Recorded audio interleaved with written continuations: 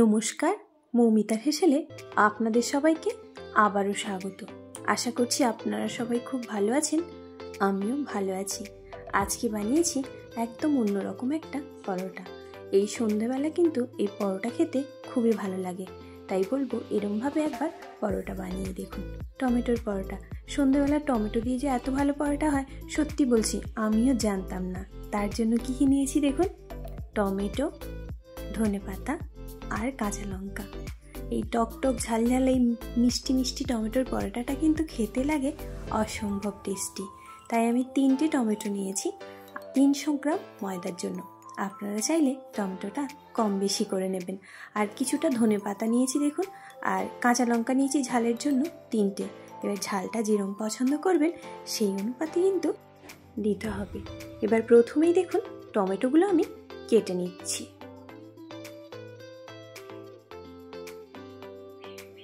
টমেটোগুলো যেরম পারবেন সেরম সাইজ করে কেটে নিতে পারেন, কোনো সমস্যা হবে না।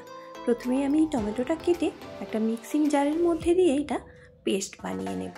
তাই সব টমেটোগুলোকে আমি প্রথমে কেটে নিচ্ছি। দেখুন সব টমেটোটাই কিন্তু আমার কাটা হয়ে গেল। আর এর সঙ্গেই দিয়ে দেব আমি কাঁচা লঙ্কা। যেই 3টে কাঁচা লঙ্কা নিয়েছিলাম সেটাই আমি দুভাগ করে দিয়ে দিচ্ছি। ঝালটা যেরকম খাবেন সেইরকমভাবেই কিন্তু কাঁচা লঙ্কার ব্যবহারটা করবেন। আমার কিন্তু এখানে 3টে লঙ্কাতেই হয়ে গেছিল।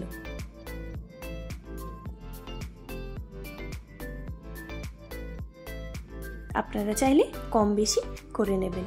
দিয়েই বেশ ভালো করে আমি মিক্সিতে ঘুরিয়ে এটা পেস্ট বানিয়ে নিয়েছি।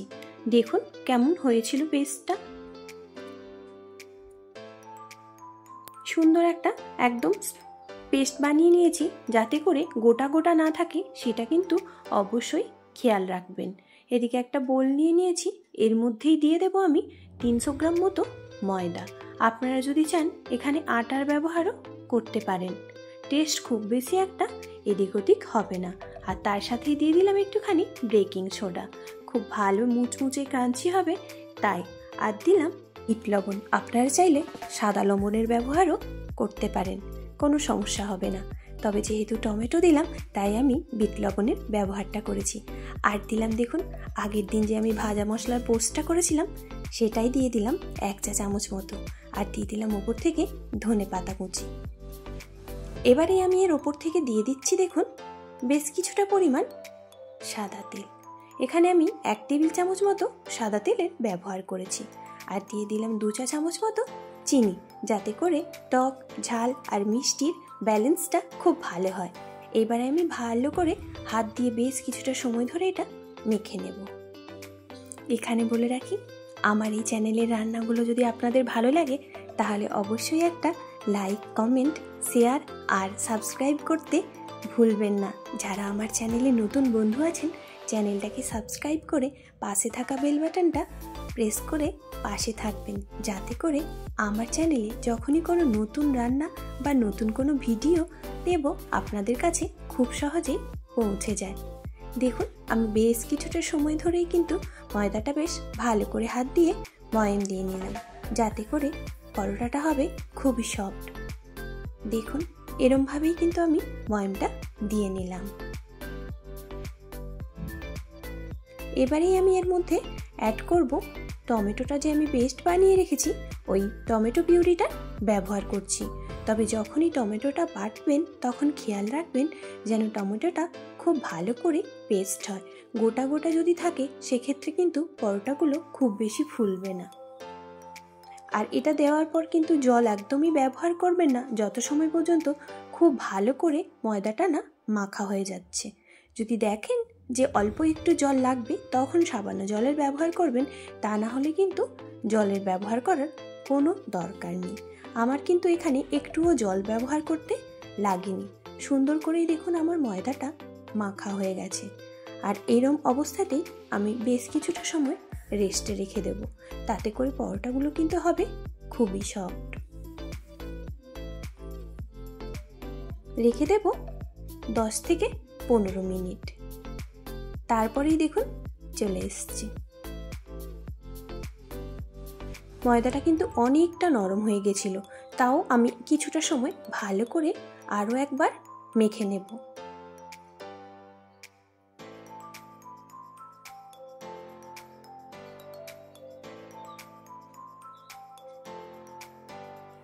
দেখুন ময়দাটাকে আমি এরমভাবেই ভালো করে মেখে তারপরেই কিন্তু লেচিটা কাটবো।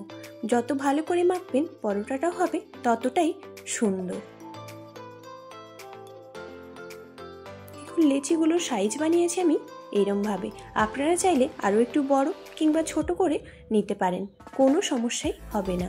এইভাবেই আমি সব লেচিগুলো কেটে নিচ্ছি। দেখুন সব লেচিগুলো আমার কাটা হয়ে গেছে। তারপরেই আমি হাতের মধ্যে সুন্দর করেই কিন্তু গোল গোল করে শেপ দিয়ে নিচ্ছি। এগুলো সবই আমি একইভাবে গোল গোল শেপ দিয়ে নেব।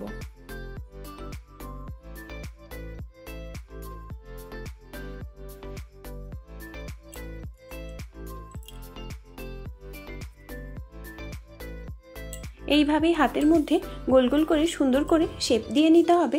তারপরেই সুন্দর করে এগুলো বেলার পালা। দেখুন সুন্দর করে সব গোল করা আমার হয়ে গেছে। এবার এগুলো শেপ দিয়ে নেওয়ার পালা। যেভাবেই চাইবেন আপনারা পরোটার আকারেও দিতে পারেন কিংবা গোল গোল রুটির মতো করেও দিতে পারেন। আমি কিন্তু এখানে পরোটার শেপ দিচ্ছি না, গোল করেই বেলে নেব।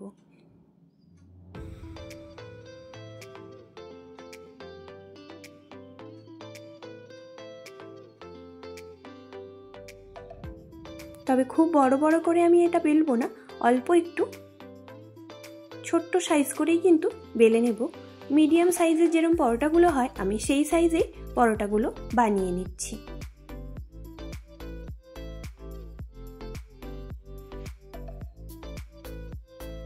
আর খুব মোটা কিংবা খুব পাতলা করে কিন্তু এই পরোটাটা বেলা যাবে না।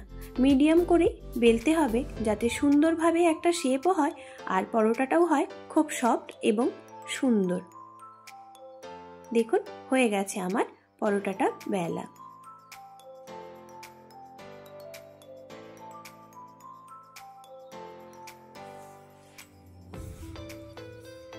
এবার এদিকে আমি গ্যাসটা জ্বালিয়ে নেব। নিয়েই পরোটাগুলো এবার ভাজার পালা। তার উপরে বসিয়ে দিলাম একটা প্যান। প্যানটা একটু গরম হয়ে গেলেই দিয়ে দিচ্ছি তেল ব্রাশ করে। আপনারা চাইলে বেশি তেলেও ভাজতে পারেন, কিন্তু আমি অল্প তেলেই ভাজবো, তাই আমি তেলটা ব্রাশ করে করেই পরোটাগুলো ভেজে নেব।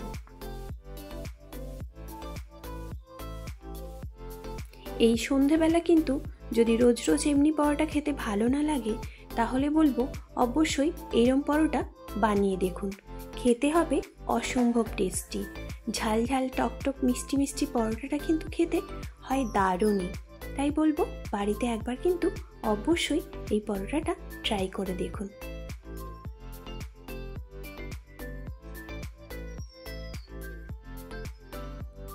আমি আবারও তেল ব্রাশ করে উল্টে দিলাম। এইভাবেই একটু মিডিয়াম টু লো ফ্লেমেই পরোটাগুলো ভেজে নিতে হবে। আর অল্প অল্প করে তেল ব্রাশ করবেন, পরোটাগুলোও কিন্তু হবে তেমনি সুন্দর। খুব বেশি তেল দিতেও লাগে না, আর এটা খেতেও হয় সত্যি খুব সুন্দর।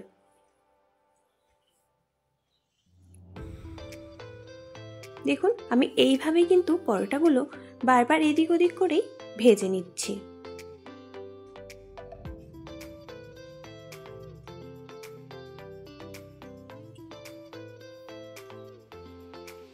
একটু সময় দিলেই কিন্তু পরোটাগুলো বেশ সুন্দরভাবেই ফুলে উঠবে।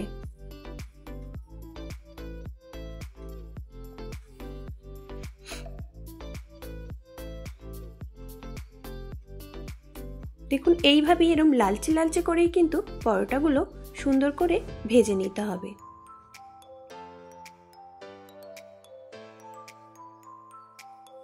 দেখুন আমার এটা কিন্তু একেবারেই ভাজা হয়ে গেছে। এইভাবেই আমি এটা তুলে নিচ্ছি। দেখুন দেখতে কতটা সুন্দর হয়েছিল। আবারও আমি একটা এই একইভাবে দিয়ে দিলাম।